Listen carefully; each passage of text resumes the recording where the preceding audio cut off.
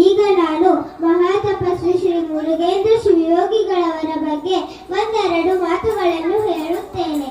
ಉತ್ತರ ಕರ್ನಾಟಕದ ಕೃಷ್ಣಾ ನದಿ ತೀರದಲ್ಲಿ ಬೆಳಗಾವಿ ಜಿಲ್ಲೆಯ ಅಥಣಿ ತಾಲೂಕಿನ ನದಿ ಇಂಗಳಗಾಂವ್ ಗ್ರಾಮದಲ್ಲಿ ಭಕ್ತಿ ಸಂಸ್ಕಾರದಿಂದ ಪುನೀತರಾದ ಶರಣ ದಂಪತಿ ರಾಚಯ್ಯ ಮತ್ತು ನೀಲಾಂಬೆಯ ಉದರದಲ್ಲಿ ಶಾಲಿವಾಹನ ಶಕೆ 1758 ವೈಶಾಖದ ಶುಕ್ಲ ಪಕ್ಷದಂದು ಜನನವಾದ ಶಿಶುವೇ ಶ್ರೀ ಶಿವಯೋಗಿಗಳು.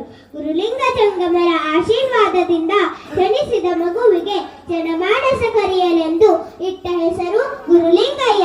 ಅಥಣಿಯ ಗಚ್ಚಿನ ಮಠದಲ್ಲಿ ವಿದ್ಯಾಭ್ಯಾಸ ಮಾಡಿದ ಇವರಿಗೆ ಶಟಸ್ಥಳ ಬ್ರಹ್ಮೋಪದೇಶ ಮಾಡಿಸಿ ಗುರುಶಾಂತಪ್ಪಗಳು ಮುರುಗೇಶನ್ನು ನಾಮಕರಣ ಮಾಡಿಸಿ ವೀರ ಸನ್ಯಾಸದ ದೀಕ್ಷೆ ತೊಡಿಸಿದರು. ಸನ್ಯಾಸಿ ಕೇವಲ ಮಠದ ಮೂರ್ತಿಯಾಗದೆ ಸಮಾಜದ ಗುರುಮೂರ್ತಿಯಾಗಬೇಕು ಎನ್ನುವ ಅವರ ವಿಚಾರದಂತೆ ಪಾದಯಾತ್ರೆ ಆರಂಭಿಸಿ ಕಲ್ಯಾಣ ಕರ್ನಾಟಕ ಬೀದರದಿಂದ ಹಿಡಿದು ಸಿದ್ಧಗಂಗೆವರೆಗೂ ಎಲ್ಲೆಡೆ ಸಂಚರಿಸಿ ಶರಣರ ಸಂದೇಶ ಪ್ರಸಾರ ಮಾಡಿದರು. ಮುರುಗೇಂದ್ರ ಶಿವಯೋಗಿಗಳ ವರ್ಚಸ್ಸು ತೇಜಸ್ಸು ಅವರು ಆಡುವ ನುಡಿಗಳು ಭಕ್ತರ ಹೃದಯವನ್ನೇ ನೇರವಾಗಿ ಪ್ರವೇಶಿಸುತ್ತಿದ್ದವು.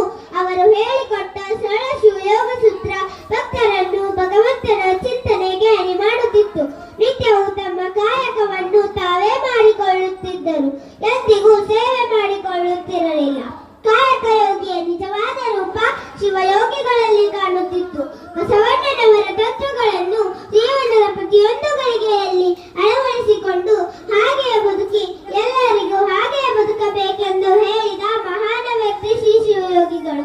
ಎಲ್ಲ ಸಾಧನೆಗಳು ಯೋಗಗಳು ಯಾವುದರಲ್ಲಿ ಲೀನವಾಗಿ ಹೋಗುತ್ತವೆವೋ ಅಂತಹ ಶಿವಯೋಗದ ಗತಿಗೆಯನ್ನೇರಿ ಶಿವಯೋಗಿ ಎನ್ನುವ ಜೀವಂತ ಭಗವಂತ ಶ್ರೀ ಶಿವಯೋಗಿಗಳು. ಇಂತಹ ಸದಾಶಿವ ಸ್ವರೂಪ ಶ್ರೀ ಶಿವಯೋಗಿಗಳಿಗೆ ನನ್ನ ಶಿರಸಾಷ್ಟಾಂಗ ನಮಸ್ಕಾರಗಳು.